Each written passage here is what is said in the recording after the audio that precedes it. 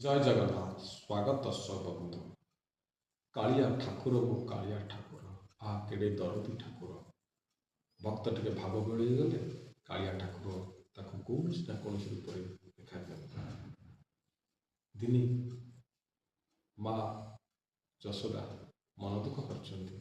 କାହିଁକି ନା ଶ୍ରୀକୃଷ୍ଣ ମହାପ୍ରଭୁ ଯେତେବେଳେ ଯାଇଛନ୍ତି ଗୋପୀମାନଙ୍କର ଦହି ଲହୁଣୀ ଚୋରି କରି ଖାଇଛନ୍ତି, ଆଉ ତାଙ୍କର ହାଣ୍ଡି ଭାଙ୍ଗି ଦେଇଛନ୍ତି, ଶିକା ଛିଡ଼େଇ ଦେଇଛନ୍ତି, ସେତେବେଳେ ଗୋପୀମାନେ ଆସିକି ଯଶୋଦାକୁ ନାନା କଥା କହୁଛନ୍ତି ଯେ ତମ ପୁଅ କାହ୍ନା ଆମର ସବୁ ସର୍ବନାଶ କରିଦେଇଛି।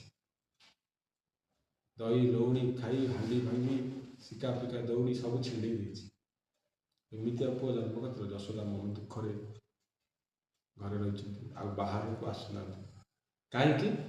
ତାଙ୍କ ମୁଖ ମଳିନ ପଡ଼ିଯାଇଛି। କାହାକୁ ମୁହଁ ଦେଖିବାକୁ ଯାଉନାହାନ୍ତି, କାରଣ ତାଙ୍କ ପୁଅ ଏପରି ଭୁଲ କରିଛନ୍ତି ବୋଲି।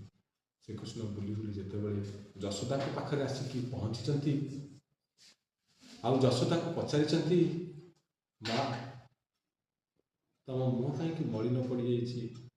ମା ଯଶୋଦା କହୁଛନ୍ତି,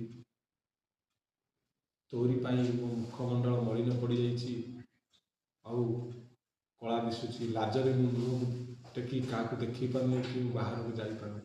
କହିଲା, ମା କାହିଁକି ତ ମୋ ମୁଖମଣ୍ଡଳ ମଳିନ ପଡ଼ିଯାଇଛି, କଳା ପଡ଼ିଯାଇଛି କାହିଁକି? ନା ଦହି ଲବଣୀ ଖାଇଲୁ ସତ, ହାଣ୍ଡି ଭାଙ୍ଗିଲୁ, ଶିକା ଛିଣ୍ଡେଇଲୁ, ସେମାନେ ସବୁ ଆସି ମୋ ଆଗରେ କହିଲେ ତମର ପୁଅ ଏମିତି କରିଛି। କହିଲେ ହଉ ମା ଠିକ୍ ଅଛି, ମା ମୁଁ ତତେ କଥା ଦଉଛି,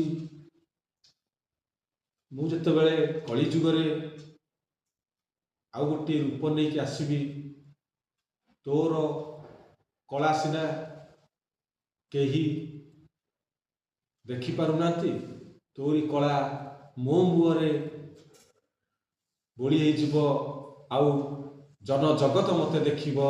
ବୋଲେ ଜୟ ଜଗନ୍ନାଥ କି ଜୟ। ଜଗନ୍ନାଥ ଜଗନ୍ନାଥ ସେଇ କଳା ରୂପରେ ଦେଖା ଦେଉଛନ୍ତି ଭକ୍ତମାନଙ୍କୁ। ସତରେ ମୋ କାଳିଆ ଠାକୁର କେଡ଼େ ମହାନ।